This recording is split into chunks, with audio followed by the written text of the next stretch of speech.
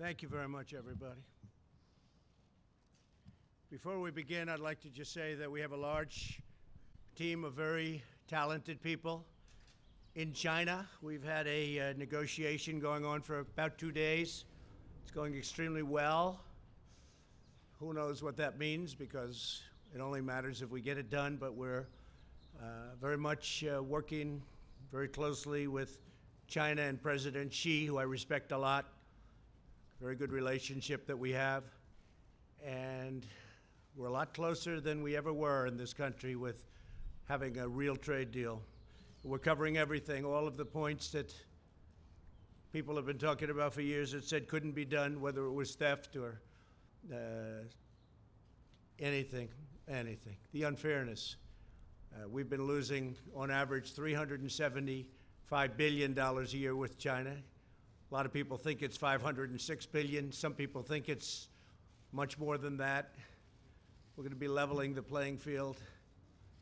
The tariffs are hurting China very badly. They don't want them, and frankly, if we can make the deal, it'd be my honor to remove them. But otherwise, we're having many billions of dollars pouring into our treasury. We've never had that before with China. It's been very much of a one-way street. So that's happening, and the relationship with China is very good. But I think they finally respect our country. They haven't respected us for a long time. Not for a long time. The UK and the US, as you probably have been seeing and hearing, we're agreeing to go forward and preserve our trade agreement. You know all of the situation with respect to Brexit and the complexity and the problems, but we have a very good trading relationship with UK, and that's just been strengthened further. So with the UK, we're continuing our trade, and we are going to actually be increasing it very substantially as time goes by. We expect that the UK will be very, very substantially increased as it relates to trade with the United States. The relationship there also is very good.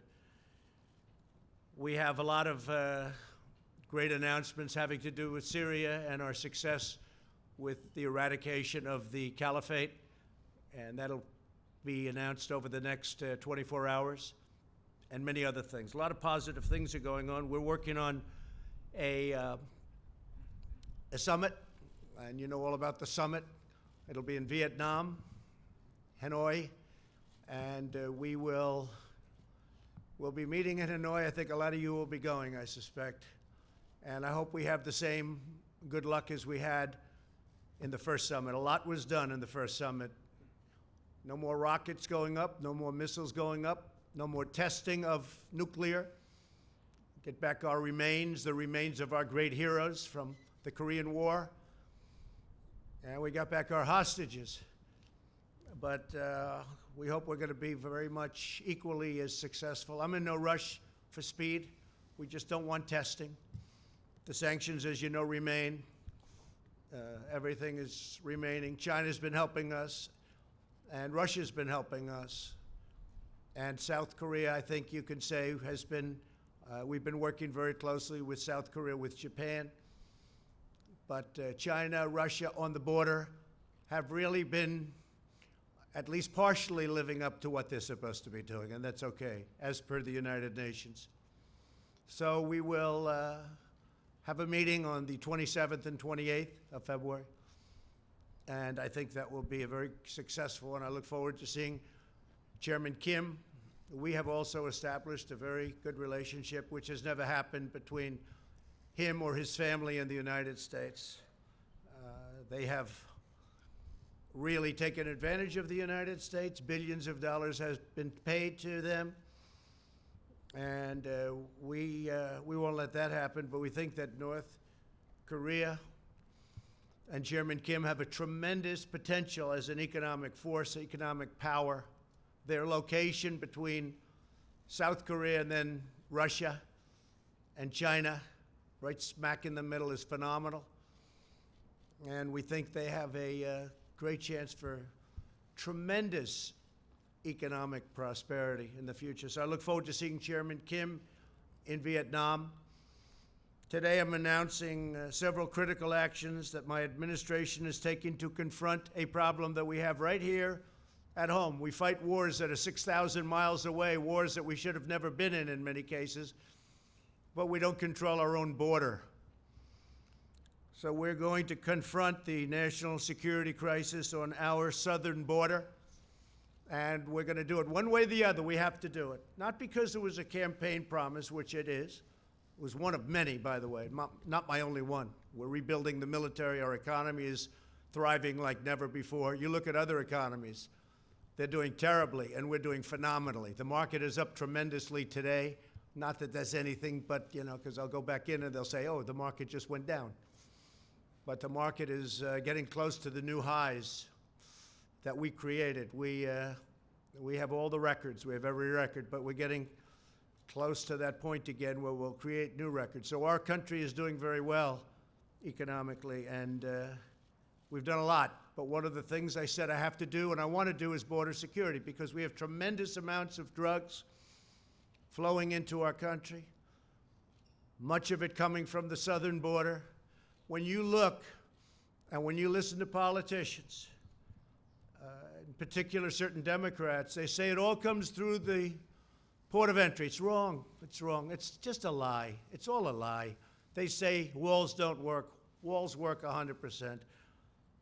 Whether it's El Paso, I really was smiling because the other night I was in El Paso. We had a tremendous crowd. And I asked the people, many of whom were from El Paso, but they came from all over Texas. And I asked them, I said, let me ask you, as a crowd, when the wall went up, was it better? You were there, some of you. It was not only better, it was like 100% better. You know what they did. But that's only one example. There are so many examples. In El Paso, they have close to 2,000 murders right on the other side of the wall. And they had 23 murders. It's a lot of murders. But it's not close to 2,000 murders, right on the other side of the wall in Mexico. So everyone knows that walls work, and there are better examples than El Paso, frankly. You just take a look almost everywhere. Take a look at Israel. They're building another wall. Their wall is 99.9% effective, they told me. 99.9%. That's what it would be with us, too. The only weakness is they go to a wall and then they go around the wall. They go around the wall and in. Okay? That's what it is. Very simple. And a big majority of the big drugs, the big drug loads, don't go through ports of entry. They can't go through ports of entry. You can't take big loads because you have people. We have some very capable people, the Border Patrol, law enforcement, looking. You can't take human traffic, women and girls. You can't take them through ports of entry. You can't have them tied up in the back seat of a car or a truck or a van. They open the door. They look. They can't see three women with tape in their mouth or three women whose hands are tied. They go through areas where you have no wall. Everybody knows that. Nancy knows it. Chuck knows it. They all know it. It's all a big lie. It's a big con game. You don't have to be very smart to know. You put up a barrier, the people come in, and that's it. They can't do anything unless they walk left or right, and they find an area where there's no barrier, and they come into the United States. Welcome. We've detained more people. Our border agents are doing such incredible work. Our military has been incredible. We put up barbed wire on top of certain old walls that were there. We fixed the wall, and we loaded up with barbed wire. It's very successful. But our military has been fantastic, and I want to thank them. And it's very necessary. We've broken up 2 caravans that are on their way. They just are breaking. They're in the process of breaking up. We have another one that we haven't been able to break up yet. We've been actually working with Mexico much better than ever before. I want to thank the president. I want to thank Mexico. They have their own problems. They have the largest number of murders that they've ever had in their history. Almost 40,000 murders. 40,000. And they got to straighten that out, and I think they will. But I just want to thank the president because he's been helping us with these monstrous caravans that have been coming up. We had one that was up to over 15,000 people. It's largely broken up. Others have gotten through. And in Tijuana, you have a lot of people staying there. If we didn't have the wall up and if we didn't have the wall secured and strengthened, they would have walked right through. They'd be welcome to the United States. One of the things we'd save just a tremendous amount on would be sending the military. If we had a wall, we don't need the military because we'd have a wall. So I'm going to be signing a national emergency. And it's been signed many times before. It's been signed by other presidents. From 1977 or so, it gave the presidents the power. There's rarely been a problem. They sign it. Nobody cares. I guess they weren't very exciting. But nobody cares. They sign it for far less important things in some cases, in many cases. We're talking about an invasion of our country with drugs, with human traffickers, with all types of criminals and gangs. We have some of the greatest people I know. They've been with me from the beginning of my campaign, almost from the first week, the angel moms. Unfortunately, we have new angel moms. One incredible woman just showed me her daughter, who we're talking about, killed in the year of 18. I said, I haven't seen you before. She said, no, I'm new. I said, that's too bad. It's too bad. It's so sad. Stand up just for a second. Show how beautiful your girl was.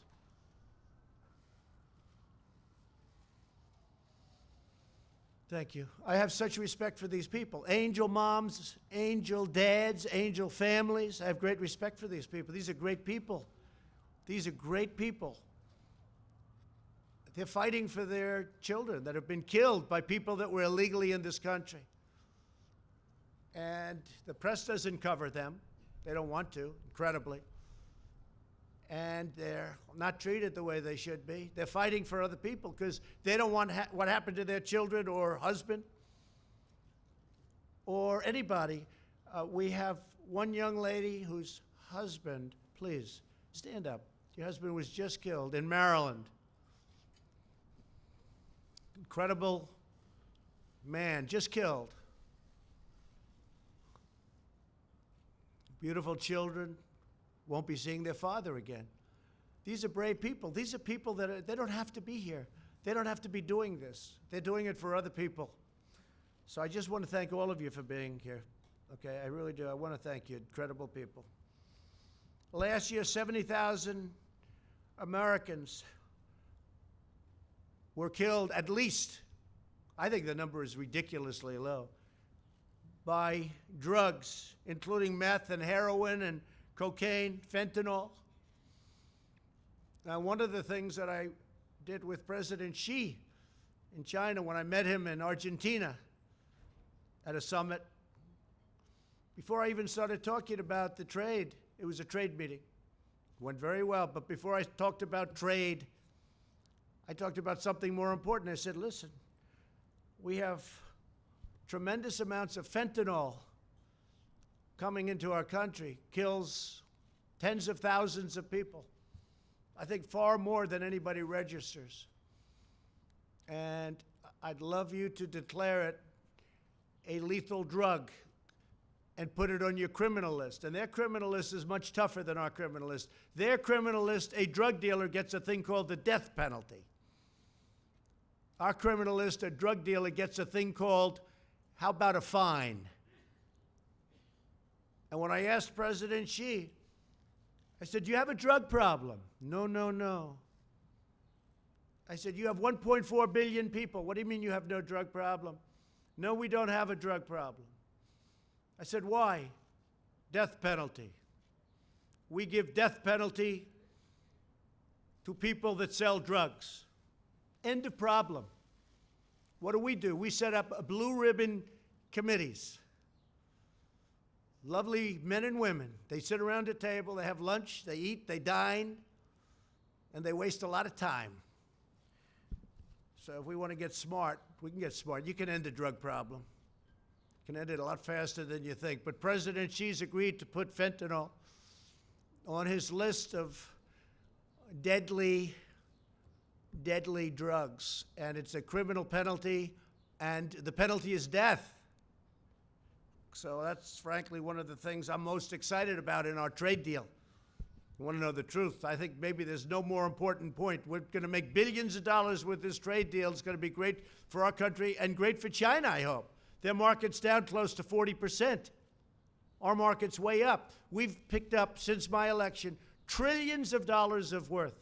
Trillions, many trillions. And China's lost trillions of dollars. But I want it to be good for China, and I want it to be good for the United States. So we'll see what happens. China's coming here next week, by the way. They're coming home, the traders. And then China's coming here next week. And then I'll be meeting with President Xi at some point after that to maybe for some remaining deals, we'll make them directly one-on-one ourselves. So we're going to be signing today and registering national emergency. And it's a great thing to do because we have an invasion of drugs, invasion of gangs, invasion of people, and it's unacceptable. And by signing the national emergency, something signed many times by other presidents, many, many times. President Obama, in fact, we may be using one of the national emergencies that he signed having to do with cartels, criminal cartels. It's a very good emergency that he signed, and we're going to use parts of it in our dealings on cartels. So that would be a second national emergency, but in that case, it's already in place. And what we really want to do is simple. It's not like it's complicated. It's very simple. We want to stop drugs from coming into our country. We want to stop criminals and gangs from coming into our country. Nobody's done the job that we've ever done. I mean, nobody's done the job that we've done on the border.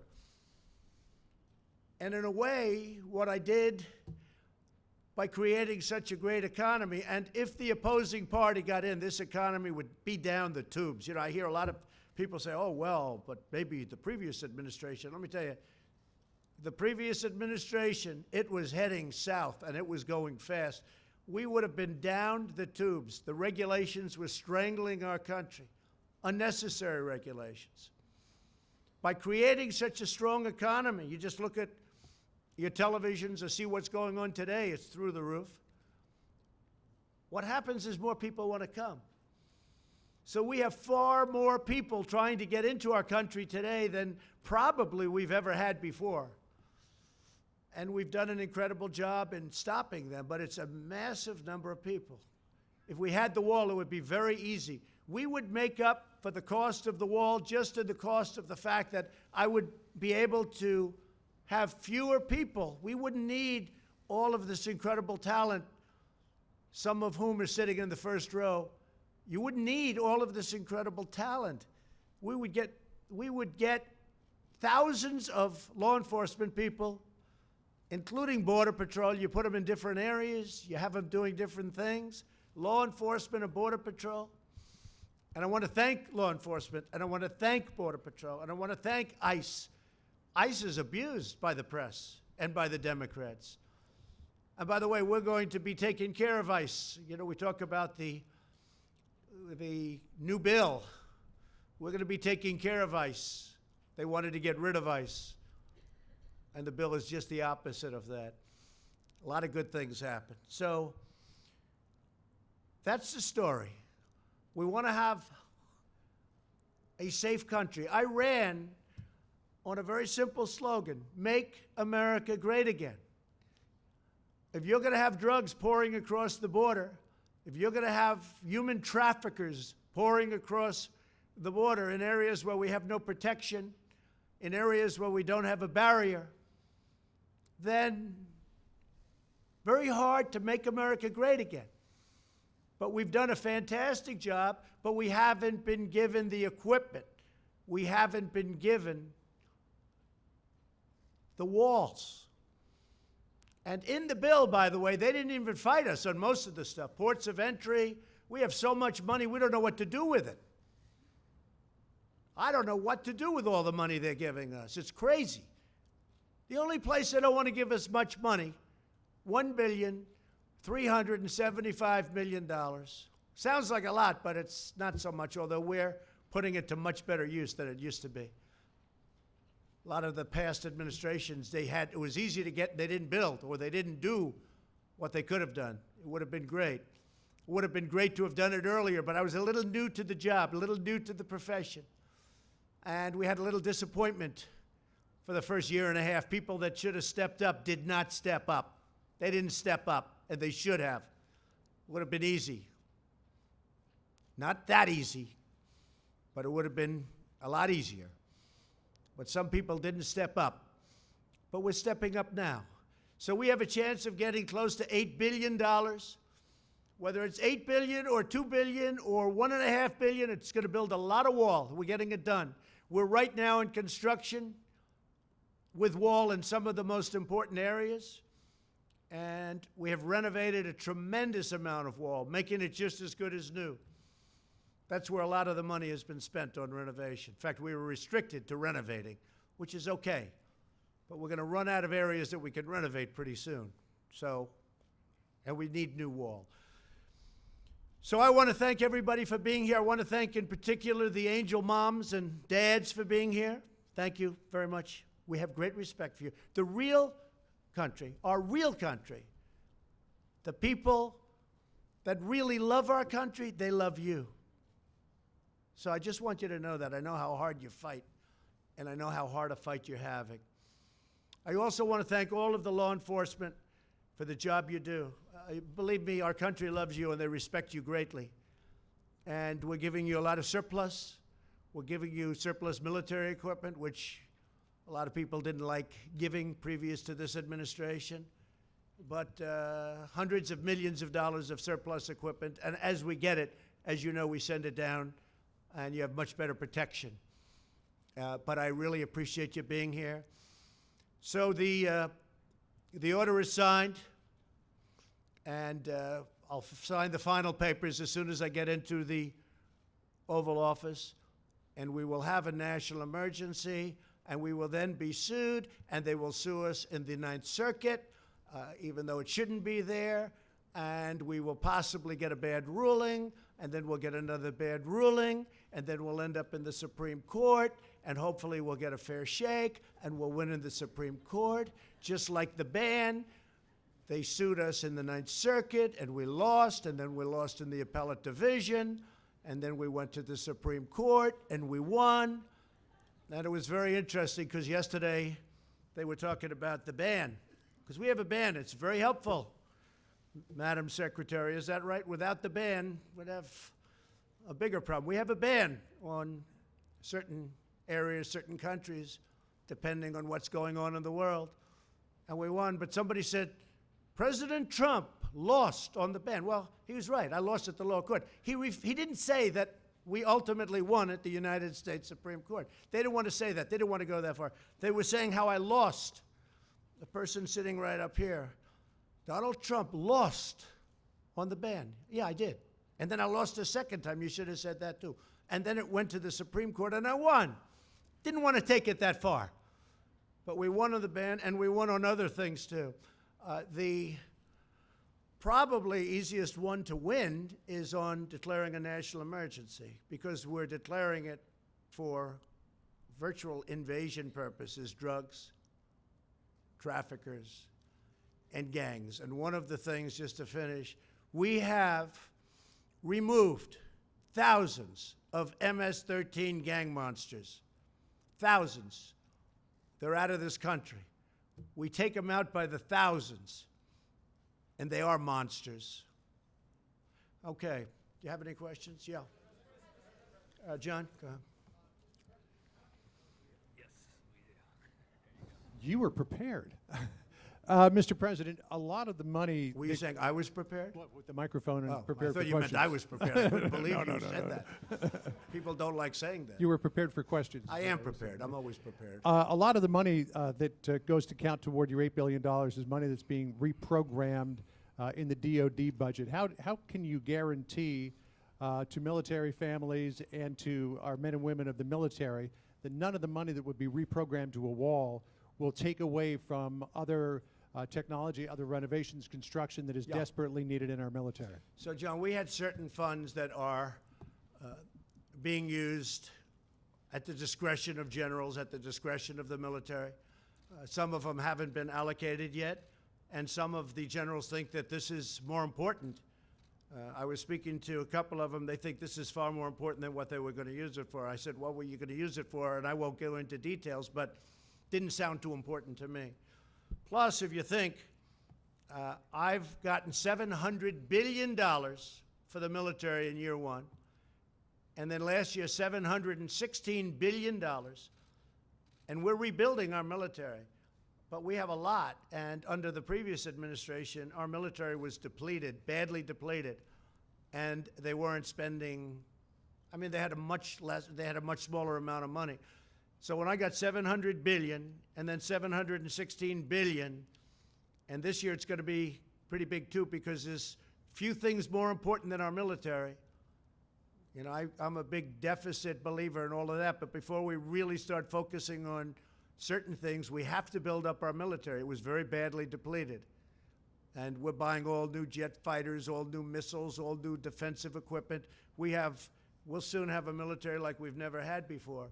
But when you think about the kind of numbers you're talking about, so you have $700 billion, $716 billion, when I need $2 billion, $3 billion out of that for a wall, which is a very important instrument, very important for the military because of the drugs that pour in.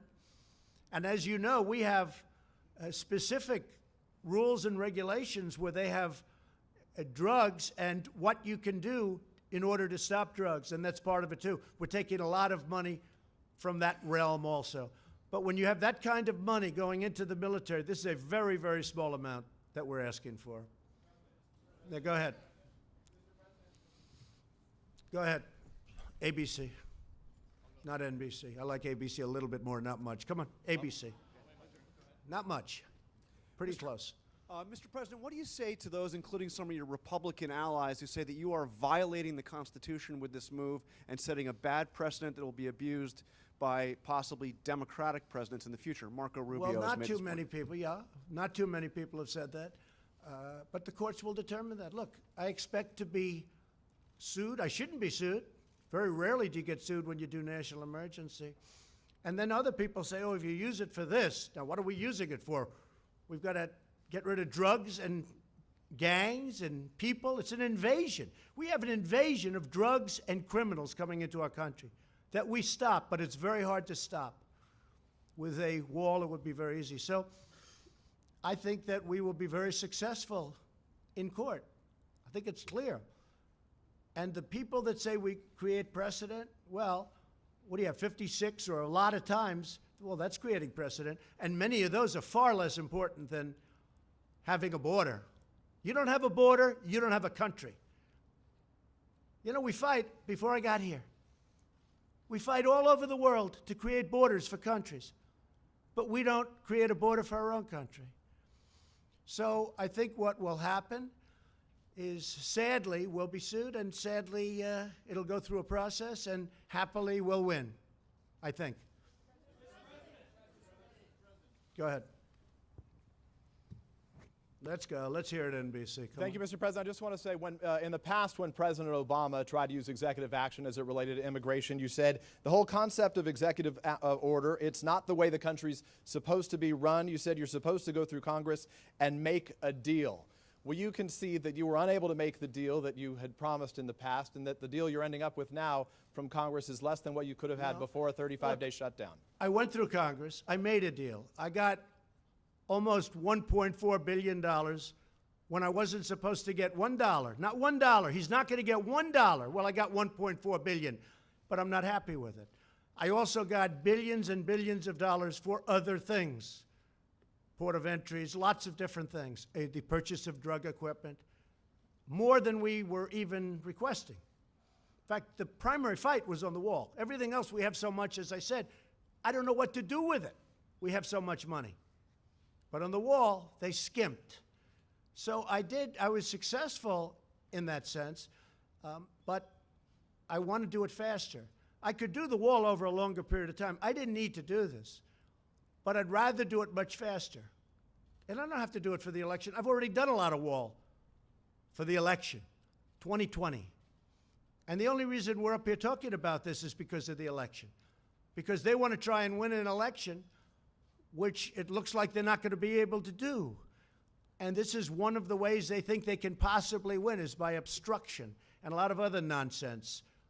And I think that I just want to get it done faster. That's all. Okay. Yes, ma'am. Go ahead. Thank you, Mr. President. Thank Roberta you. Rampton from Reuters. I wanted to ask about China.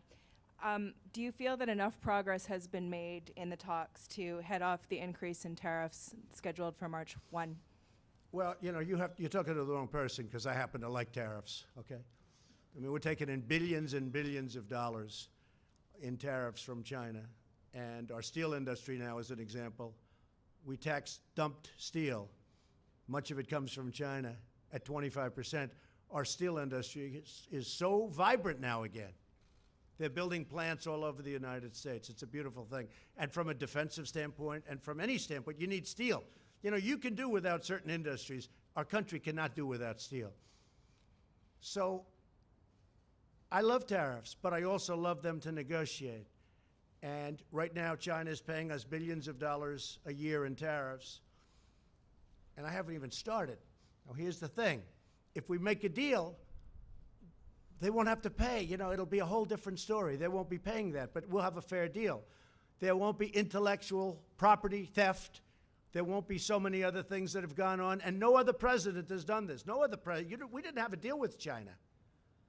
You had the WTO, one of the worst trade deals ever made, probably even worse than NAFTA, if that's believable, which is, you know, hard to believe, because I think NAFTA was just a disaster. It was a total disaster for our country. And now we made the USMCA, which is going to be a great deal. And by the way, the USMCA from Mexico, that's United States, Mexico, Canada, that's where the money's coming from, not directly but indirectly, for the wall. And nobody wants to talk about that, because we're saving billions and billions of dollars a year if Congress approves that deal. Now, they might not want to approve a deal just because they'll say, one of the things I'm thinking of doing, this has never been done before. No matter how good a deal I make with China, if they sell me Beijing for $1, if they give me 50% of their land and every ship that they've built over the last 2 years, which is a lot, and they give them to me free, the Democrats will say, what a lousy deal. That's a terrible deal. Like ZTE, I got more than $1 billion penalty in a short period of time, and the Democrats said, oh, should have gotten more. When I made that deal, I said, this is incredible. I got over $1 billion penalty, plus they had to change their board of directors. They had to change their top management. But they had to pay over $1 billion. I said, what a deal. It took like a week. And the Democrats didn't even know there was a problem with ZT. I'm the one that fined him. I'm the one that settled it. Over $1 billion. And President Xi called me, and he said it would be important to him if they could get a deal. And we made a deal, paid like in a short period of time. The Democrats went out and said, oh, they should have done better. So what I'm thinking of doing is getting Chuck Schumer, getting Nancy Pelosi, having them bring 2 or 3 of their brilliant representatives, and we'll all go down together, and what we'll do is we'll negotiate. I'll put them in the room and let them speak up. Because any deal I make with China, if it's it's going to be better than any deal that anybody ever dreamt possible. Or I'm not going to have a deal. It's very simple. But any deal I make with China, Schumer's going to stand up and say, oh, it should have been better. It should have been better. And you know what? That's not acceptable to me. So I'm thinking about doing something very different. I don't think it's ever been. I just don't want to be second guessed. But that's not even second guess. That's called politics. Sadly, I'd probably do the same thing to them. Okay? But any deal I make, toward the end, I'm going to bring Schumer, at least offer him, and Pelosi. I'm going to say, please join me on the deal. And by the way, I just see our new Attorney General is sitting in the front row. Please stand up, Bill. Such an easy job he's got. He's got the easiest job in government. Thank you, and congratulations. That was a great vote yesterday. Thank you very much. Yes, go ahead. Go ahead. In your remarks, sir, you said that you were too new to politics earlier in your administration when you would have preferred that this be done. Is that an admission of how you might be changing on the job? And well, I'm learning. I mean, I am learning. Don't forget, it's not like I've done this for. A senator came into my office and said, "Sir, I've been running for office for 30 years. I've won 7 out of 7.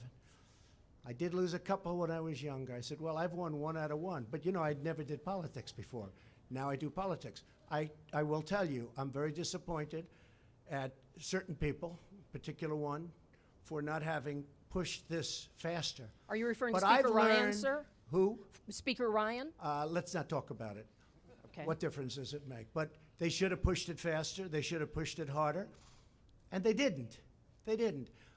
If they would have, it would have been a little bit better. In the meantime, I've built a lot of wall. I have a lot of money, and I built a lot of wall. But it would have been nice to have gotten done. And I would like to see major immigration reform. And maybe that's something we can all work on, Bill, where we all get together and do major immigration reform, not just for a wall, for a barrier, for port of entry, for other things. We have a real problem. We have catch and release. You catch a criminal, and you have to release him. We have so many other things. You have chain migration, where a bad person comes in, brings 22 or 23 or 35 of his family members because he has his mother, his grandmother, his sister, his cousin, his uncle. They're all in. You know what happened on the West Side Highway? That young wise guy drove over and killed 8 people and horribly injured. Nobody talks about that. Horribly, like loss of legs and arms. Going 60 miles an hour, he made a right turn into a park on the West Side Highway along the Hudson River in New York. He had many people brought in because he was in the United States. It's called chain migration. And then you have the lottery. It's a horror show. Because when countries put people into the lottery, they're not putting you in. They're putting some very bad people in the lottery. It's common sense. If I ran a country, and if I have a lottery system of people going to the United States, I'm not going to put in my stars. I'm going to put in people I don't want. The lottery system's a disaster. I'm stuck with it. Mr. President, could you tell us... It should have never happened. Okay. Mr. President, could you tell us to what degree some of the outside conservative voices helped to shape your views on this national emergency? I would talk about it. Look, Sean Hannity has been a terrific supporter of what I do, not of me. If I changed my views, he wouldn't be with me. Rush Limbaugh, I think he's a great guy. He's a guy who can speak for 3 hours without a phone call. Try doing that sometime. For 3 hours he speaks. He's got one of the biggest audiences in the history of the world. I mean, this guy is unbelievable. Try speaking for 3 hours without taking calls. Taking calls is easy. Okay, I'll answer this one, I'll answer that one. He goes for 3 hours, and he's got an audience that's fantastic. Wait. Should they be deciding policy, sir? They don't decide policy. In fact, if I went opposite, I mean, they have somebody, Ann Coulter. I don't know her. I hardly know her. I haven't spoken to her in way over a year. But the press loves saying Ann Coulter. Probably if I did speak to her, she'd be very nice. I just don't have the time to speak to her. I would speak to her. I have nothing against her. In fact, I like her for one reason. When they asked her, like right at the beginning, who's going to win the election? She said, Donald Trump. And the 2 people that asked her that question smiled. They said, you're kidding, aren't you? Nope, Donald Trump. So I like her. But she's off the reservation, but anybody that knows her understands that. But I haven't spoken to her. I don't follow her. I don't talk to her. But the press loves to bring up the name Ann Coulter. And you know what? I think she's fine. I think she's good, but I just don't speak to her. Laura's been great, Laura Ingraham. Tucker Carlson's been great. I actually have a couple of people on CNN that have been very good. I have some on MSNBC the other day. They did a great report of me. I say, where the hell did that come from? I think it was the only one in over a year. So the crazy thing is, I just had, as you know, Rasmussen 52% in the polls. It's my highest poll number. And people get what we're doing. They get it. They really get it. And I'm honored by it. Yes, Jim Acosta. Thank you, Mr. President. I wonder if you could comment on this disconnect that we seem to have in this country, where you are presenting information about what's happening at the border, calling it an invasion, talking about women with duct tape over their mouths and so on, and yet there's a lot of reporting out there, there's a lot of crime data out there, there's a lot of Department of Homeland Security data out there that shows border crossings at a near record low. That's That because of shows us, but it's still, undocumented immigrants excuse me, committing it's still crime at massive lower numbers of levels. crossings. That shows undocumented criminals or undocumented immigrants committing crime at lower levels than native-born Americans. What do you say to you don't really believe that stat? Do you really believe what, that what do you stat? well, let me Take a ask look you at this. our federal prisons. I believe in facts and statistics Okay, and data. any more but quick? Let's go. let me just ask you this. What do you say to your critics who say that you are creating a national emergency, that you're concocting a national emergency here in order to get your wall because you couldn't get it through other ways? Moms, what do you think? Do you think I'm creating something? Ask these incredible women who lost their daughters and their sons. Okay? Because your question is a very political question, because you have an agenda. You're CNN, you're fake news. You have an agenda. The numbers that you gave are wrong. Take a look at our federal prison population. See how many of them, percentage-wise, are illegal aliens. Just see. Go ahead and see. It's a fake question. Yes, go ahead. Can I ask a follow-up? Thank you, Mr. President. Just to follow up on that, unifying crime reporting statistics, numbers from your own Border Patrol, numbers from this government show that the amount of illegal immigrants are down. There is not violence on the border. And that There's most not violence on the there's border? not as much violence Oh, really? as. Let me, You had wait a minute, 26 people Let me finish the killed. question, please. Let me finish the question. 2 weeks please. ago, 26 people were killed in I a understand gunfight what on the you're border I understand what you're a saying. mile away from where I went. I was there. I understand. That's not the question. The question is, Do we forget about that? no, I'm not forgetting about it. I'm asking you to clarify where you get your numbers, because most of the DEA crimes reporting statistics that we see show that drugs are coming across at the ports of entry, that illegal immigration is down, and the violence is down. Okay. So what do you base Okay, your let facts me, on? come on, let's go. And secondly- no, you get one. You get well, one. well, the Ready? second Just question sit down. is- Wait, sit down. Sit down. Could you please Sit answer it? down. You get one question. I get my please. numbers from a lot of sources, like Homeland Security, primarily. And the numbers that I have from Homeland Security are a disaster. And you know what else is a disaster? The numbers that come out of Homeland Security, Kirsten, for the cost that we spend and the money that we lose because of illegal immigration. Billions and billions of dollars a month. Billions and billions of dollars. And it's unnecessary. So your own government stats are wrong, are you saying? No, I use many stats. Could I you use share many those stats with us? Let me tell you, you have stats that are far worse than the ones that I use. But I use many stats, but I also use Homeland Security. All right, next And question. do you, wait a minute, just a quick Go, no, follow-up, Mr. Go, please. Thank you, Mr. President. I just want to bring you back to China for a second. The White House put out a statement today talking about the March 1st deadline. The other day, though, you gave the possibility that maybe this could slide. Are you eyeing a possible extension, 30 days, maybe 60 days? Where does the status there? Very Or good is March question. 1st So it's the a very deadline? big deal. I guess you could say it's like, must be the biggest deal ever made if you think trade with China. How big does that get? Although if you look, the USMCA is right up there. But it's very complicated. There are many, many points that we're bringing up that nobody ever brought up or thought to bring up, but they're very important because we were on the wrong side of every one of them. There is a possibility that I will extend the date. And if I do that, if I see that we're close to a deal or the deal is going in the right direction, I would do that at the same tariffs that we're charging now. I would not increase the tariffs. Let me also ask you about the debt, sir, because it's gone from a shade under 20 trillion from when you took office. Now it's a shade over 22 trillion and heading in the wrong direction. What are your plans to reverse it? Well, it's all about growth. But before Growth I only, really or- focus on that, and you have to remember, President Obama put on more debt on this country than every president in the history of our country combined. So when I took over, we had one man that put on more debt than every other president combined. Combine them all. So you can't be talking about that. But I talk about it because I consider it very important. But first I have to straighten out the military. The military was depleted. And if we don't have a strong military, that hopefully we won't have to use because it's strong, if we don't have a strong military, you don't have to worry about debt. You have bigger problems. So I had to straighten out the military. That's why I did the 700 and 716 billion.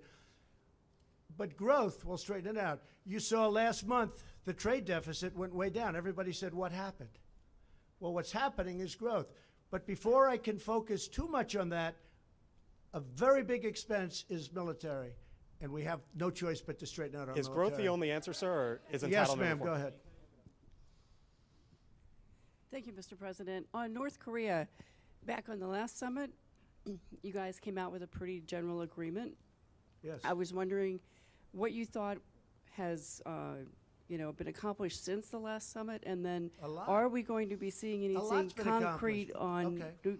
denuclearization? Yeah, a lot's been accomplished. We're dealing with them. We're talking to them. When I came into office, I met right there in the Oval Office with President Obama. And I sat in those beautiful chairs, and we talked. It was supposed to be 15 minutes. As you know, it ended up being many times longer than that. And I said, what's the biggest problem? He said, by far, North Korea. And I don't want to speak for him, but I believe he would have gone to war with North Korea. I think he was ready to go to war. In fact, he told me he was so close to starting a big war with North Korea. Now, where are we now? No missiles, no rockets, no nuclear testing. We've learned a lot. But much more importantly than all of it, much more important than that, is we have a great relationship. I have a very good relationship with Kim Jong-un. And I've done a job. In fact, I think I can say this. Prime Minister Abe of Japan gave me the most beautiful copy of a letter that he sent to the people who give out a thing called the Nobel Prize. He said, I have nominated you, or respectfully on behalf of Japan, I am asking them to give you the Nobel Peace Prize. I said, thank you. Many other people feel that way too. I'll probably never get it, but that's okay. They gave it to Obama. He didn't even know what he got it for. He was there for about 15 seconds and he got the Nobel Prize. He said, oh, what did I get it for? With me, I probably will never get it. But if you look at Idlib province in Syria, I stopped the slaughter of perhaps 3 million people. Nobody talk about that. They don't talk about that. Russia and Iran and Syria were going to go in and perhaps destroy 3 million people in order to get 45,000 terrorists. And I heard about it from a woman who had her parents and her brothers living there, and she said, please, please. And I said, no, it can't happen. What are you talking about? No, they're going to get, and I come home and I read a certain paper where the story was there that they were actually forming to go into, to really do big destruction. And I put out a statement that you better not do it. And in all fairness to Russia and Iran and Syria, they didn't attack, or they're doing it surgically at least. Saved a lot of people. We do a lot of good work. This administration does a tremendous job, and we don't get credit for it. But I think the people understand what we do. So Prime Minister Abe gave me, it's the most beautiful five-page letter. Nobel Prize, he sent it to them. You know why? Because he had rocket ships and he had missiles flying over Japan. And they had alarms going off, you know that. Now all of a sudden they feel good, they feel safe. I did that. And it was a very tough dialogue at the beginning. Fire and fury, total annihilation. My button is bigger than yours and my button works. Remember that? You don't remember that. And people said, Trump is crazy. And you know what it ended up being? A very good relationship. I like him a lot and he likes me a lot. Nobody else would have done that. The Obama administration couldn't have done it. Number one, they probably wouldn't have done it. And number two, they didn't have the capability to do it. So I just want to thank everybody. I want to wish our new Attorney General great luck and speed and enjoy your life. Bill, good luck. A tremendous reputation. I know you'll do a great job. Thank you very much. And thank you, everybody. Thank you very much. Thank you.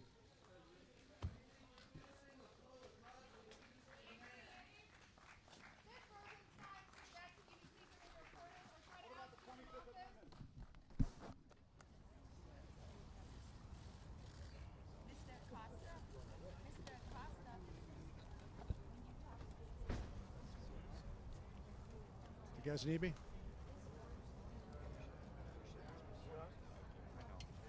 You need me, New York?